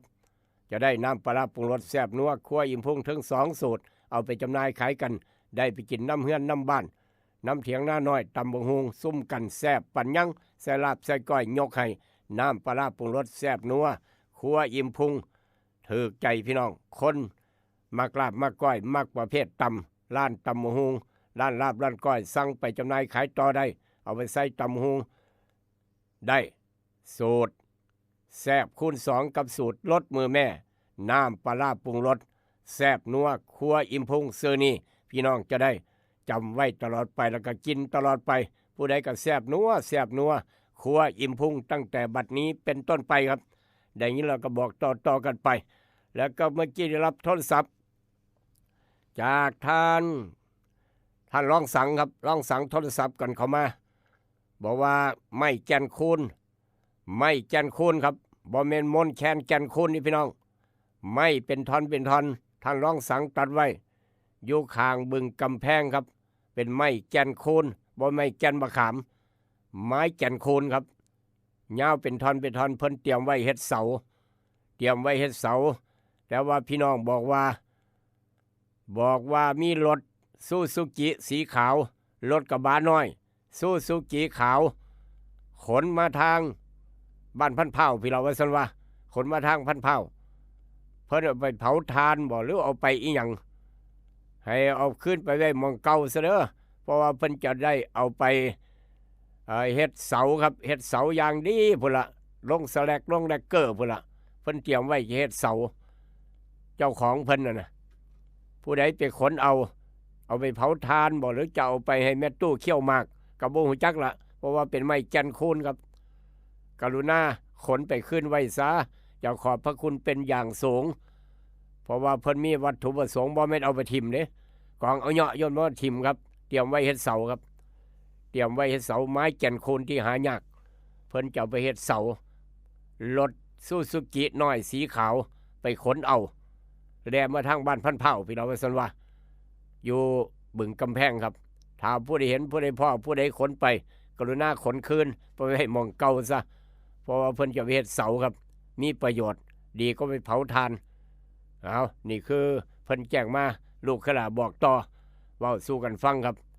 ถ้ามีข่าวบุญข่าวการข่าวงานอยากเว้าอยากว่าครับน้ำบ่ไหลไฟบ่สว่างหนทางบ่ดีว่ากันเข้ามาแจ้งกันเข้ามา0816016232ครับ0816016232เอาละครับมื้อนี้ไปเอาบุญพระเวทน้ำกันแต่ละวัดทางบ้านดอดกอบ้านโน้นสวรรค์วัดศรีเทพดารามมีบุญพระเวทมีหมอลำซิ่งเบิงเบิดมือร้านค้าร้านขายคนมาค้ามาขายก็ไปจำหน่ายขายกันได้ครับหมอลำซิ่งเบิดมือทางบ้านดอนกอบ้านโน้นสวรรค์มือนี่ครับแต่ว่าวันที่1กุมภาครับ1-2-3กุมภา1-2-3กุมภาบุญใหญ่บุญพระเวททางวัดพระพุทธบาทเวิร์นกุมมีหมอลำคณะใหญ่มีหมอลำวงย้อนยกหมอลำคณะใหญ่พร้อมหมอลำซิ่งพร้อมโอ้งานใหญ่ทางวัดพุทธบาทเวิร์นกุม1-2-3กุมภาอย่าลืมบอกต่อๆกันไปบุญพระเวทคือกันบุญประจำปีคือกันครับเทพมหาชาติคือกันนอกจากนั้นครับอีกงานหนึ่งลืมบ่ได้ครับอีกงานหนึ่งก็ลืมบ่ได้คือกันวันที่12งานใหญ่ครับพี่น้องมีความประสงค์อยากตั้งโรงทานงานผูกพัทสีมาปิดทองตัดหวายลูกนิมิตวัดเทพทานทองวัดบ้านพัดตั้งวัดเทพทานทองวัดท่านพระอาจารย์มนตรีครับพ่อแม่ครูบาอาจารย์พี่น้องต้องการบวชชีพราหมณ์12กุมภาไปบวชชีพราหมณ์ไปรายงานตัวไปลงทะเบียนตั้งแต่เช้าบ่ายมาเพิ่นจะได้บวชชีพราหมณ์กับในงานผูกพัทสีมาปิดทองตัดหวายลูกนิมิตอุโบสถวัดเทพทานทองปีนี้ครับ12กุมภาพันธ์มื้อแรกบวชชีพราหมณ์พี่น้องอยากมีความประสงค์อยากทำบุญตั้งโรงทานน้ำดื่มอาหารการกินขนมนมเนยต่างๆติดต่อทางวัดเทพทานทองได้ตั้งแต่บัดนี้เป็นต้นไปครับบ่มีแนวเสียบแนวงันเด้อพี่น้องเอ้ยหลายคนว่ามีหมอลำบ่โทรกันเข้ามาบ่มีครับวัดป่าวัดท่านพระอาจารย์มนตรีวัดเทพทานทอง บ่มีหมอร้องหมอลำบ่มีนักเสพนักงานครับไปทำบุญนี่คือวัดป่างานผูกพัทสีมาปิดทองตัดหวายลูกนิมิตต้องการตั้งโรงทานต้องการบวชชีพราหมณ์ไปได้ครับต้องการบวชชีพราหมณ์กับ12 กุมภาให้พี่น้องไปตั้งแต่เช้าวัดตู้แม่ใหญ่ไปบวชชีพราหมณ์เตรียมอุปกรณ์ไปเรียบร้อยพี่น้องหูจักดีปัญญังละต้องการตั้งโรงทานก็ติดต่อทางวัดเทพทานทองได้ตั้งแต่บัดนี้เป็นต้นไป12 ถึง 15 กุมภาพันธ์2569ครับ2569ทางพี่น้องพิมพ์ทางกำหนดการโอ้ยพี่น้องเอ้ยกำหนดการจังสิว่าจังได๋เนาะเพิ่นพิมพ์ผิดตัวนี้พิมพ์ผิดกำหนดการพิมพ์ผิดเลขตัวหนึ่งผู้ข่าก็บอกอยากเว้าดอกแต่ว่าสงสัยเพิ่นตาลายหรือจังได๋บ่ฮู้จักพิมพ์ผิดมา12 ถึง 15 กุมภา2589ว่าซั่นว่าเอาผู้ข่าแก้ให้ครับเขาอนุญาตแก้ให้ก็แล้วกัน12 กุมภาถึง 15 กุมภา2569บ่แม่น89เด้ครับ69เอาขออนุญาตแก้ไขให้ก็แล้วกันแก้ไขทั้งอากาศนี่ละนอกจากนั้นจากทางวัดเทพทานทองไปทางวัดชุมพลบ้านพันเผาบุญพระเวทใส่บริการหนังจากแอร์ภาพยนตร์บ้านหัวไซเอาไปทางบ้านพ้นตาลก่อนครับพ้นตาลทบ18 กุมภาการใส่บริการหนังแอร์ภาพยนตร์บ้านหัวไซคือกัน18 กุมภาบ้านพ้นตาลนอกจากนั้น25-26 กุมภา2 มื้อกลับมาทางวัดชุมพลบ้านพันเผาบุญพระเวทวัดชุมพลบ้านพันเผาตู้ถึงใส่บริการแอร์ภาพยนตร์บ้านหัวไซคือกันหนัง2 คืนซ้อน25-26 กุมภาหลังจากนั้น28 กุมภามาทางคุ้มเจียมปางวัดเจียมปางครับก็ใส่บริการหนังแอร์ภาพยนตร์บ้านหัวไซคือกันได้ยินแล้วก็บอกต่อกันไปหมู่บ้านใดต้องการหนังไปฉายบุญพระเวทย่ำมื้อคืนเบิ่งหมอลำซิ่งย่ำมื้อเว้นเบิ่งหมอลำซิ่งย่ำมื้อคืนเบิ่งหนังจากแอร์ภาพยนตร์ติดต่อได้ตลอดเวลาครับบ่มีปัญหา3 หน่วย1 หน่วย2 หน่วย3ทางอุดรครับบริการทางอุดรทุกคืนครับช่วงนี้แอร์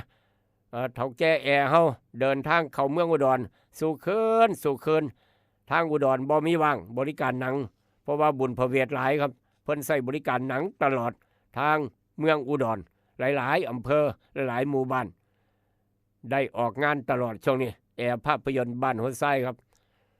นี่คืองานบุญงานกุศลงานการกุศลบุญพระเวทหลังจากนั้นก็ฟังเทศน์มหาชาติแห่กันร้อนกันตามประเพณีบุญเดือน4บุญเดือน3อะไรก็ว่ากันไปอนุโมทนาสาธุบุญทุกหมู่บ้านทุกตำบลก็แล้วกันที่ใช้บริการกับบริการเอิ้นให้ลูกปุ๊กให้เตือนถ้าพี่น้องมีข่าวด่วนแจ้งกันเข้ามาครับ0816016232ไปทางจังหวัดหนองคายครับเมืองน่าอยู่เมืองแห่งการท่องเที่ยวตลอดไปจังหวัดหนองคายบ้านเฮาครับแต่ว่าขนาดเหตุการณ์แบบนี้ก็ยังลักดูซะว่าโจรนี่ลักบัดทุกอย่างเนาะนี่เนาะผู้ร้ายไอ้ขโจรลักบัดทุกอย่างเอาพ่อค้าแม่ขายเด้อจอดรถขายของไว้ในตลาดจอดรถขายของไว้อยู่หน้าเฮือนหน้าบ้านรถเข็นครับรถเข็นพี่น้องเข้าใจเขาว่ารถเข็นบ่ครับรถเข็นขายโจกรถเข็นขายข้าวเปียกรถเข็นขายปลาตั้งโกรถเข็นขายกล้วยทอดขายผลไม้รากไม้ยู่ไปรถเข็นขายก๋วยเตี๋ยวจังเสียยู่ไปรถเข็นขายลาบขายก้อยเอาไปจอดไว้อยู่หน้าตลาดจอดไว้อยู่หน้าเฮือนหน้าบ้านปรากฏว่าเหตุการณ์นี้เกิดทางจังหวัดหนองคายครับขายอาหารยามมื้อแลงจอดไว้ปรากฏว่าตื่นเช้าขึ้นมาว่าจะมาเอารถเข็นยู่ไปค้าขายล้อหายครับล้อรถเข็นน่ะนะล้อรถยู่หายลักล้อรถยู่ไปขายครับป้าโทษคนร้ายไอ้กระโจน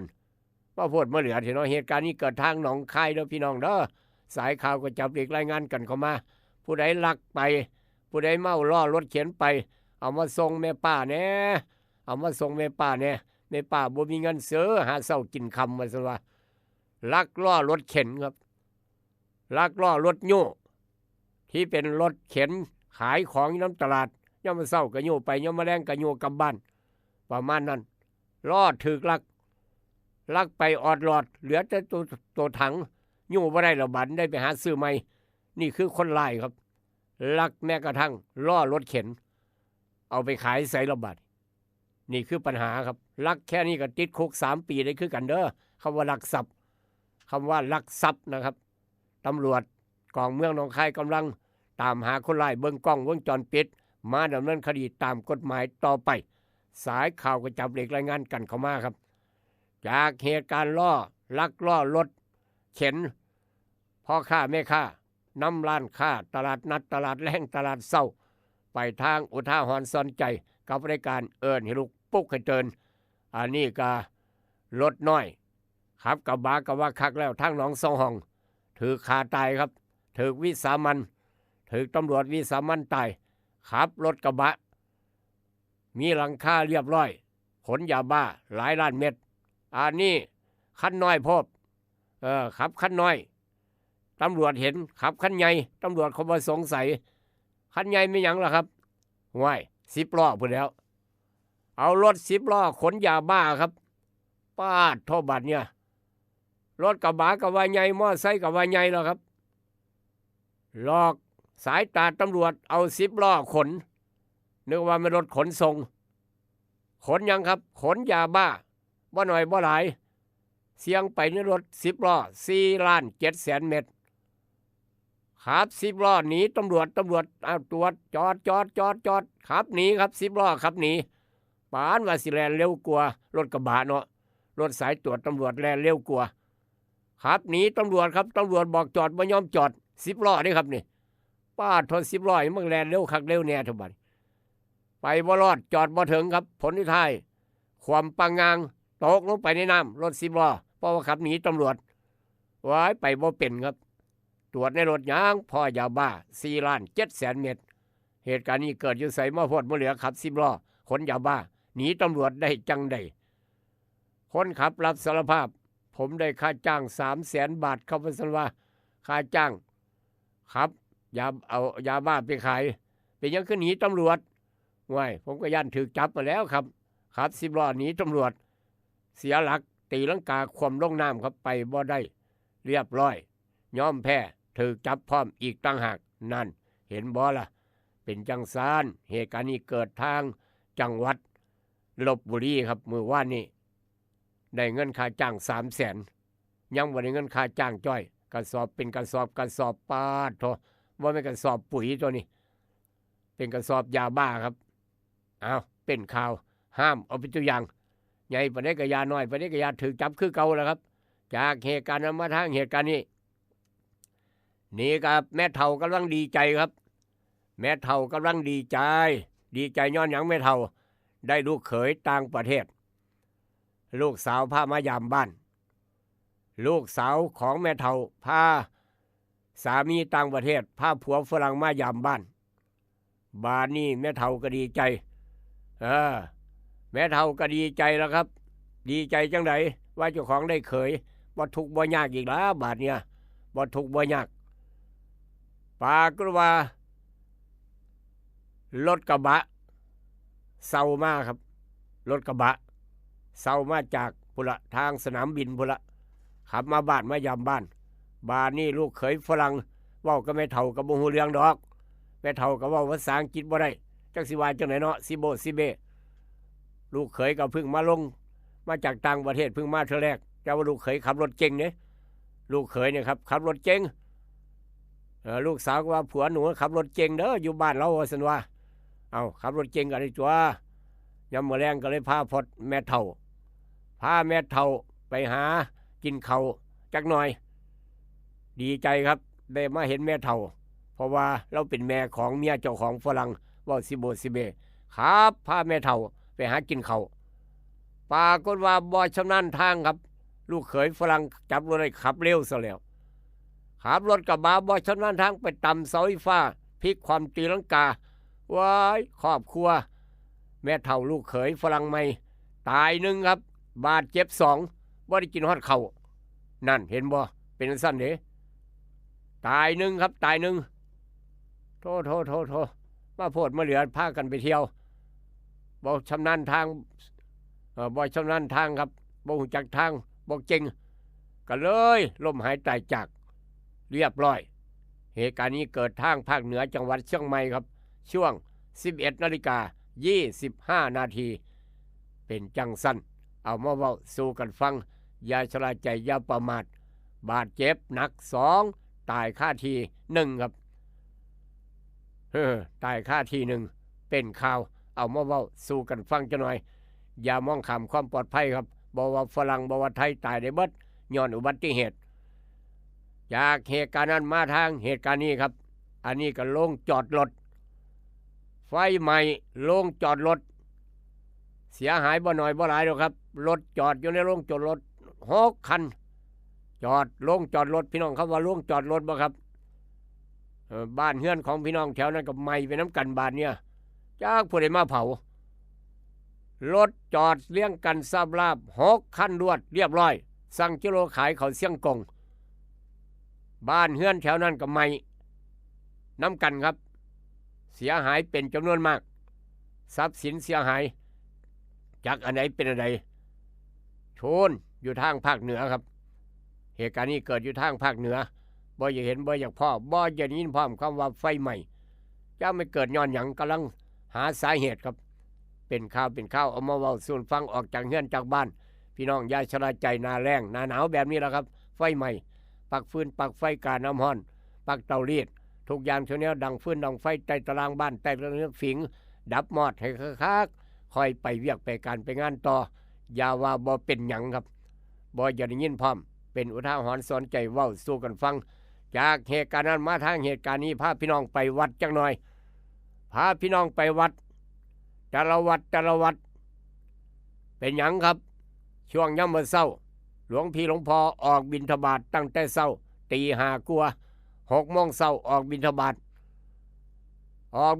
ใช้เวลาบิณฑบาตเป็นชั่วโมงพอดีออกจากวัดบิณฑบาตเนี่ยครับแต่ละวัดต้องออกจากวัดหลวงพี่หลวงพ่อสามเณรออกบิณฑบาตใช้เวลาชั่วโมงกว่า2 ชั่วโมงถ้าบินไกลบิณฑบาตยามมื้อเช้าปากว่าโจรครับโจรแสบหลอยจังหวะจอบอยู่ปัญญังจอบอยู่แถวนั่นละข้างวัดนั่นละจอบว่าหลวงพ่อไปบิณฑบาตหรือบ่มื้อเนี่ยเอาพระวัดนี้กำลังออกบิณฑบาตโจรครับไปหยังละบาดหูจักว่าบุญพระเวทแล้วไม่บุญพระเวทแล้วไม่ไปจอบบุญพระเวทครับเงินบุญพระเวทรายได้เอาไว้กับเจ้าวาดซะก่อนเอาไว้กับเจ้าวาดเอาไว้กับหลวงพ่อหั่นละมื้อนี้วันหยุดก็สิว่าเมื่อวานวันเสาร์วันหยุดฝากธนาคารบ่ได้เอาไว้กับหลวงพ่อในกุฏิเจ้าวาดจังหวะนั้นล่ะครับเจ้าวาดออกบิณฑบาตปั๊บโจรแสบบุกงัดกุฏิเจ้าวาดลักเงินอยู่ในกุฏิไปเบิดออดหลอดพระเครื่องพระเก่าพระแก่อยู่ในกุฏิเจ้าวาดเอาไปเบิดใส่กระเป๋าไปออดหลอดคิดเป็นราคาประมาณ100,000ครับนี่คืออาศัยจังหวะโจรแสบอาศัยจังหวะหลวงพี่หลวงพ่อออกบิณฑบาตยามมื้อเช้าอันตรายคักเฮ็ดจังไดค่อยจะบ่ถูกโจรงัดกุฏิเจ้าวาดกุฏิหลวงพ่อที่มีเงินเป็นหมื่นที่มีเงินเป็นแสนมีพระเก่าแก่อยู่ในบ้านอยู่ในกุฏิอยู่ในเฮือนอันตรายคักนี่คือปัจจุบันนี้ครับโจรแสบครับบ่แม่นโจรคันอันนี้โจรแสบลักเอาวัตทุกอย่างอย่าลืมติดกล้องวงจรปิดไว้นี่เด้อพี่น้องเอ้ยลักทุกรูปแบบลักทุกอย่างทุกแนวแม้กระทั่งล้อรถเข็นก็ยังเอานี่คือคำว่าโจรครับบ่ฮู้จักบาปบ่ฮู้จักหยังทั้งเบิดคำว่าโจรเว้าสู่กันฟังอย่าชะล่าใจอย่าประมาทโอ้ยวัดบ้านข่อยบ่เป็นหยังดอกอย่าไปว่าครับอย่าไปว่าเกิดขึ้นได้ทุกหมู่บ้านทุกตำบลเป็นอุทาหรณ์สอนใจกับกาโนปอกสบู่ซอฟตี้ยาทายพยาธิไวโซนิก3 กกจากเหตุการณ์นำมาทางเหตุการณ์นี้ครับนี่ก็อีกเหตุการณ์หนึ่งพาพี่น้องไปทางจังหวัดอ่างทองบ่าย3 ครึ่งมื้อวานนี้พาพี่น้องไปเที่ยวทางจังหวัดอ่างทองบ่าย3 ครึ่งครับงานศพงานสีดำเอา คนที่ล้มหายตายจากเนี่ยครับเอาไปแห่ไปเขาเมนเผาศพบานี้ทำพิธีหลังจากพระสวดพิธีกรยังเรียบร้อยขั้นตอนสุดท้ายคือเผาครับขั้นตอนสุดท้ายทุกอย่างทุกแนวกิจกรรมเรียบร้อยเบิดขั้นตอนสุดท้ายคือเผาปาก็ว่าคนจุดพลุหลังจากเผาเนี่ยครับจุดเผาควันกบไฟจุดพลุบาดเนี่ยไฟจุดพลุอายุ66 ปีเป็นเจ้าของพลุครับคนเผาศพเผาหลวงพี่หลวงพ่อเจ้าวาดเป็นคนเผาหลังจากนั้นคนจุดพลุตึมตั้มวางกระโพกวางประทัดตึมตั้มจุดพลุตึมตั้มป่าก็ว่าพลุมีลูกหนึ่งครับมีลูกหนึ่งบ่ระเบิดน้ำมัวบ่เกิดระเบิดเจ้าของพลุก็เลยไปซองเบิงครับเจ้าของพลุหันไปซองเบิงนี่ยังก็บ่ระเบิดชนวนหลุดบ่ชนวนขาดบ่ว่าซั่นว่าก็เลยเอามือครับใส่มือโจกเข้าไปในพลุเอาไปยังชนวนขาดกลางบ่ยังก็บ่ระเบิดปาก็ว่ามือล่วงเข้าไปในทอพลุนะครับที่เป็นพลุใหญ่ว้าระเบิดตึ้มขึ้นบาดเดียวเท่านั้นละบาดเนี่ยเอามือล่วงเข้าไปเพราะว่าย่านชนวนหลุดแล้วไปจับเบิงจับเขย่าปาก็ว่าพลุระเบิดตึ้มบาดเดียวเขือนเหตุมันเกิดครับแขนของเจ้าของพอตู้66 ปีแขนหอยต้องแต่งครับบ่ขาดแต่ว่าเกือบขาดหลังจากนั้นห้องน้ำกันไว้ครับห้องรถกู้ภัยมานำส่งโรงพยาบาลคนหนึ่งจับแขนเราไว้ยันแขนขาดคนเถิกแล้วผู้ใส่ก็หอยบ่ปากบ่ติงแล้วครับคอยเป็นหยังบ่ซั่นว่าหัวคอยแตกบ่ขาคอยขาดบ่เป็นหยังแขนเจ้าเกือบขาดจับแขนไว้สู้ไว้ยันแขนหลุดว้ายพี่น้องไอ้อันตรายคักไปขึ้นได้จังได๋ผู้บ่ระเบิดผู้บ่ติดเอามือล่วงไปเบิงว่าสนวนหลุดบ่หรือจังได๋เกิดระเบิดตึ้มขึ้นบ่เดียวตั้งหลักบ่ทันครับทางจังหวัดอ่างทองบ่าย3 ครึ่งนี่คำว่าผู้บ่ระเบิดเอามือจกลงไปเบิงย่านชนวนขาดชนวนหลุดจะไปต่อบ่หรือจังได๋บ่ฮู้จักปากก็ว่าจวดบาดเดียวตึ้มไว้หลบน้ำบ่ทันเรียบร้อยครับเป็นเรื่องใหญ่บาดเจ็บสาหัส1 คนก็คือแขนเกือบขาดนี่ละส่วนอื่นอีกต่างหากสะเก็ดระเบิดบ่ต้องถามอันตรายคักปานระเบิดขีปนาวุธปานระเบิดลูกใหญ่ปานลูกปืนคอบัดนี้เว้ยย่านเอาพี่น้องอย่าไปจกเด้อบ่ว่าระเบิดบ่ว่าสามเหลี่ยมอย่าไปใกล้อันตรายคักยามจุดพลุจุดตะไลจุดยังกะยาละบังฟืนบังไฟครับอย่าประมาทคำว่ามือว่าเกียร์อันตรายคักจากเหตุการณ์นั้นมาทางเหตุการณ์นี้ครับจากเหตุการณ์นั้นมาทางเหตุการณ์นี้อันนี้ก็เกิดทางเมืองอุดรแม่ตู้เฮาทางบ้านหนองไห้อำเภอเมืองอุดรครับบ้านหนองไห้อำเภอเมืองอุดรแม่ตู้89 ปีหลานน้อยชื่อว่าบักหำน้อยครับอายุ44 ปีใช้มีดปอกผลไม้แทงคอแม่ตู้89 ปีตายคอรอตายอยู่ในบ้านย้อนยาเสพติดเบิดยาเสพติดบ่ได้กินครับว่าผีมาสิงเจ้าของอ้างว่ามีผี2 ตัวเข้าสิงจนควบคุมเจ้าของบ่ได้ก่อนก่อเหตุแทงคอแม่ตู้89 ปีเลี้ยงเจ้าของมาโดยเฉพาะเลี้ยงมาตั้งแต่ตีนทอฝาหอยโอ้ยพี่น้องเอ้ยตำรวจสันนิษฐานว่าจังได้ก็ขาดยาบ่ได้กินยาก่อเหตุสลดฆ่าแม่ตู้เจ้าของตายครับย้อนยาเสพติดเหตุการณ์นี้เกิดทางบ้านหนองไห้อำเภอเมืองอุดรคักบ่ครับอันตรายคักบ่นี่คือหลานติดยาเด้อลูกชายติดติดยาหลานติดยาบ่ว่าหลานสาวหลานชายพ่อกับแม่พ่อตู้แม่ใหญ่ต้องระมัดระวังครับต้องแจ้งตำรวจแจ้งเจ้าหน้าที่อย่าชะล่าใจอย่าประมาทอย่าว่าบ่เป็นหยังครับอย่าว่าบ่เป็นหยังเพราะว่าบ่ฮู้จักฮอดพี่น้องเด้ บ่ฮู้จักฮอดพี่น้องบ่ฮู้จักฮอดเป็ดฮอดไก่บ่ฮู้จักฮอดเจ้าของครับบ่ฮู้จักว่าเจ้าของเป็นหยังพร้อมอีกต่างหากเพราะว่าฤทธิ์ของยาเสพติดอาละวาดเป็นข่าวเอามาเว้าสู่กันฟังครับจากเหตุการณ์มาทางเหตุการณ์นี้นี่คือดอกเบี้ยโหดกู้เงิน100 บาทค่าดอกมือละ250 บาทปาดเถาะเฮ็ดจังไดครับกู้เงินจากมอเตอร์ไซค์คันใหญ่มอเตอร์ไซค์สีดำใส่เสื้อดำหาเก็บดอกรายมือรายเว้นครับกู้100 บาทดอก250 บาทถ้าบ่จ่ายมื้อนึงเพิ่มเป็น350ถูกจับเรียบร้อยแจ้งเงินกู้นอกระบบดอกเบี้ยโหดมือละ250 บาทเห็นบ่อันนี้ก็ถูกจับแล้วครับแต่ว่าบ่เบิดดอกถูกจับก็บ่เบิดปล่อยออกไปก็เฮ็ดคือเก่าเอาเป็นข่าวเอามาเว้าสู่ฟังยาไปกู้ไปยืมพี่น้องเอ้ยก็ดอกโพดดอกเหลือเนาะกู้100 บาทดอกเบี้ยมือนึง250 บาทรวมกับเงินต้นเป็น350 บาทคิดได้จังได๋มาโหดมาหาโหดคักแท้จากเหตุการณ์มาทางเหตุการณ์นี้นี่กำลังจอบครับคุณหมอกำลังจอบฝ่ายควบคุมโรคติดต่อกำลังเบิ่งเตือนไวรัสนิปาอัตราตายสูงแนะเลี่ยงเมืองบาลสัตอินเดียครับทางประเทศอินเดียยาสัมผัสข้างคาวอีเกียนะครับอย่าไปใกล้อย่าไปจับอย่าไปสัมผัสข้างคาวกินผลไม้มีรอยแทะอย่าไปกินผลไม้น้ำดงน้ำปลาน้ำหัวน้ำสวนกล้วยอ้อยต่างๆมีห้อยแทะห้อยสัตว์แทะอย่าไปเอามาใกล้อย่าไปกินอาการเสี่ยงเจ็บไข้จะป่วยปวดหัวเป็นไข้ให้เฝ้าไปหาคุณหมอด่วน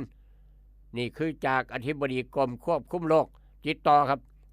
เดี๋ยวนี้ประเทศไทยยังบ่พอรายงานคนป่วยโรคติดเชื้อไวรัสนิปาภาวนาอย่าให้เข้ามาใกล้เด้อพี่น้องเอ้ยจังได้ก็ตามทางกรมควบคุมโรคได้ติดตามสถานการณ์อย่างใกล้ชิดการระบาดในประเทศอินเดียนี่ติดตามทุกระยะครับย่านเข้ามาในประเทศไทยกำลังตรวจอย่างเข้มข้นโรคนิปาไวรัสนิปาครับบ่แม่นไวรัสโควิดดิอันนี้นิปานอหนูสลีปอปลาสลาหอหีบกะลั่นครับถ้าติดแล้วอัตราการตายสูงอีกต่างหากโอ้ยมันหลายอย่างเนาะเอามาเว้าสู่กันฟังราคาทองคำเท่าไหร่ครับราคาทองคำเมื่อวานขึ้นไป500 บาททองขึ้นไป500 บาททองรูปพรรณอยู่ในร้านทองใหม่ 73,900 อีก100 บาทจะฮอด 74,000 แพงคักบ่แม่ตู้อย่าเป็นตู้ทองเคลื่อนที่ทองอยู่ในคอผู้ใหญ่บ้าน1 บาทขายได้ประมาณ 71,540 บาทนี่คือย้อนสถานการณ์สงครามอเมริกากับอิหร่านครับย่านลบกันทองก็เลยแพงพี่น้องราคาปาล์มหมากปาล์มผู้ใหญ่ม่วนหมากปาล์มพ่อเชิดคนสวนปาล์ม5 บาท 50 ตังค์ถึง 7 บาท 30 ตังค์ต่อกิโลยังราคาดีราคาอย่างพาราบ่มีรายงานกันเข้ามาพยากรณ์อากาศภาคอีสานบ้านเฮาอากาศเย็นถึงหนาวยามมื้อเช้าอุณหภูมิต่ำสุด13ถึง18 องศาไปใส่มาใส่เสื้อกันหนาวอย่าพลาดอย่าขาดกันแล้วกันเอาไปพร้อมเสื้อกันหนาวดูแลสุขภาพร่างกายเจ้าของพร้อมหลานหน่อยนำก่อนจากกันของดีไม่น้อยครับของดีไม่น้อยก่อนจากกันมื้อนี้เกี่ยวกับหัวใจเป็นยังไงกะยาบำรุงหัวใจไว้ซะก่อนบำรุงหัวใจไว้ซะก่อนครับนั่นคือน้ำใบเตยหอมใบโบบกใบพักนอกไปหาเก็บมากินจะได้บำรุงหัวใจแถวเจ้าข่อยหัวใจแข็งแรงพักนอกน้ำทงไฮโซนาน้ำคันแทนาครับไปเก็บมากินกับปนกับแก้วหรือว่าไปพ่อน้ำใบโบบกก็ซื้อกินจังหน่อย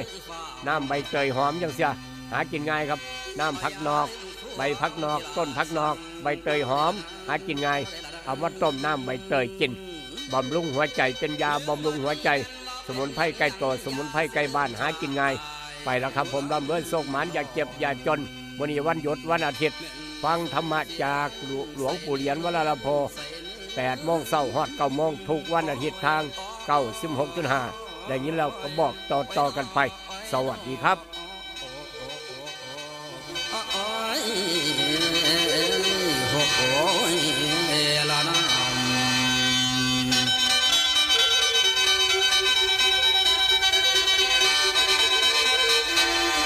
เรื่องวัดนี้ ฟังคุณญาติพี่น้องพ่อและแม่เด้อไผก็ได้แล้วทั้งหญิงชายมาฟังลำสิหำเพิงเด้อตอนนี้เป็นคาติเตือนใจให้ศรัทธาให้พี่น้องต่อเด้อพ่อแม่เฒ่าแก่แล้วสิค้างบำปีจำนี่ละนอเพิ่นว่าเกิดเป็นคนเอาคนสร้างสังฆทานอย่าเว้นป้อ